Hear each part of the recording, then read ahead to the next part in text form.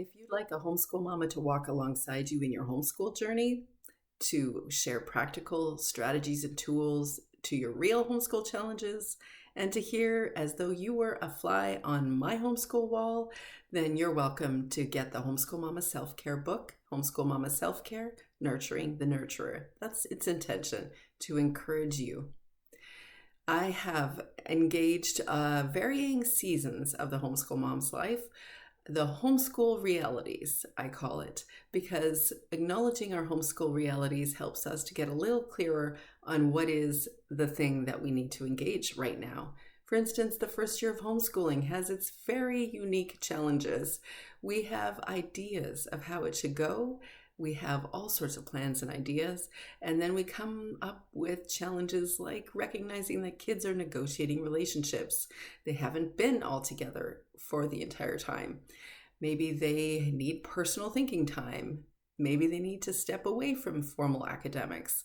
Maybe you need time alone and you didn't even realize that it would be this challenging to find it.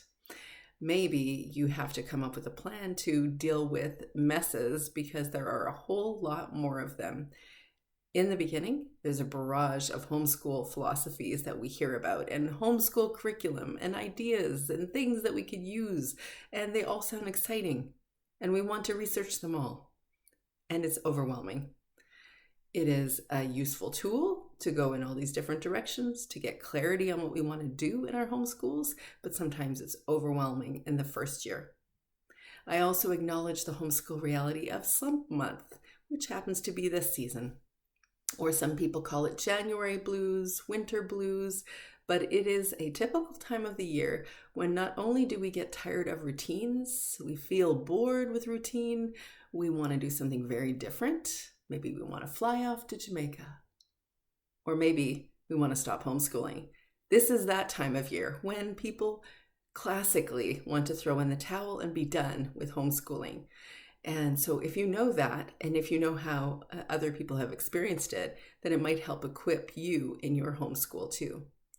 So typically, somewhere in July to August, at least in this part of the world, homeschool families everywhere are planning, are looking for curriculum, getting ideas and what they want to do. And it's a very exciting time.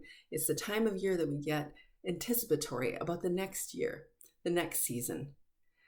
But then at some point in the years, not necessarily at a specific time of the year, but at some point, maybe in the third or fourth year, things start to feel like, is this really working for us? Are the kids bored and unmotivated? Am I bored and unmotivated? Or maybe overwhelmed by trying to do all the things in the right way so that you feel good enough and not feel like you're not doing what other people are doing in their homes. Life can get in the way as we homeschool. There is an element, and acknowledging a reality is that we're homeschooling as families, but we also are living real homeschool or real family lives. And so there's all sorts of things that might happen in our real life. So I talk about those things. And of course, I talk about burnout because third or fourth year is some time of year or the time of the season of the homeschool mom's journey that I've noticed is a common time when homeschool moms want to throw in the towel. And homeschool burnout is not selective. It happens to all the homeschool moms, or at least hitting a wall. Maybe we don't need to call it burnout every time, but we hit the wall, realizing that how we're doing what we're doing isn't working for us. And there's varied reasons for that. It's not just because people would choose a particular homeschool philosophy. It's not just because you're a single homeschool parent or a homeschool parent that works. It's not because you have 6 kids. You might have 1. There's so many reasons why you might experience burnout or hitting the wall and feeling like you're done with homeschooling.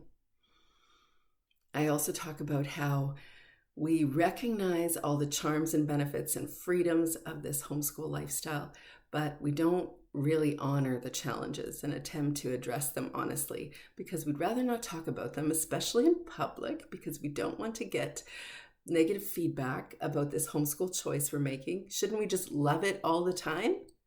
Does anybody love anything all the time? No? No, so we're not going to either. But it's not a perfect life, but sometimes we try to just force on, press on, because we know that we get to be with our kids. We get to harness these freedoms, but are we harnessing them? That's the question. Because sometimes we get to the end of it and we're not quite so sure that what we're doing is really how we want to be doing it. The homeschool life isn't a perfect life, and it certainly is not always an easy life, but I think it's a charmed life. And here's why. You get to be with your kids. You get to know them deeply. You get to know the intricacies of your family unit. They learn in a way that can serve them beyond a schooled approach. You get to facilitate their interests jointly. You get to watch their aptitudes unfold. And you don't have to wake up early, of course, or you can choose to. You don't have to drive away from your home with your kids in real clothes. You can just wear pajamas all day. No expectations for you to don a dress-up wardrobe either, because you're going to have more pajamas too, or yoga pants.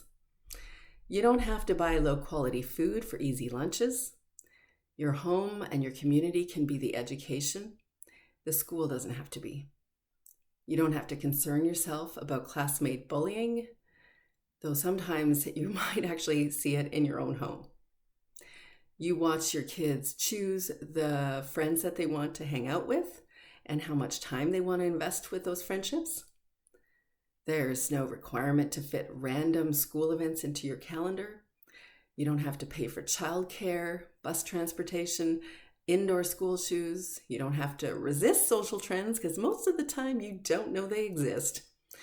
You don't feel compelled to dress your child in any particular fashion trend because, again, you don't always know it exists until your kids are older. You get to reap all the joyful benefits of your child's happiest childhood moments. You get hugs at the random time of day, whenever, wherever. You get the best of your kids' day. You get to read stories with them until they're teenagers, because you can call it not just read aloud time, but you can call it literary hour.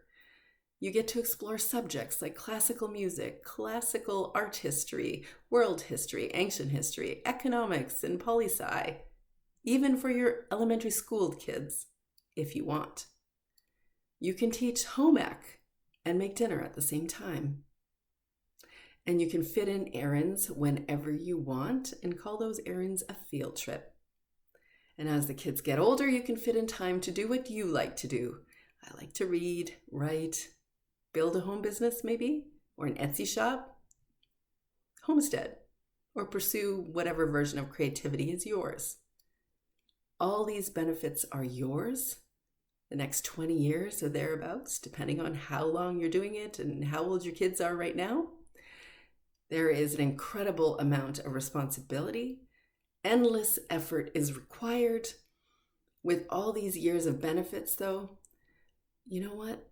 You're going to have a lot of responsibility. No pressure, though. But the sense of responsibility you have for your child's well-being and their education actually does stay with you no matter how many years you do this.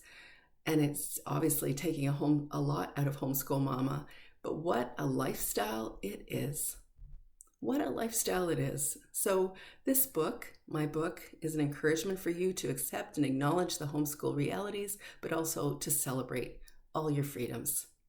So may these words of this book compel you to build into yourself self-care and wellness strategies that you can use to nurture the nurturer.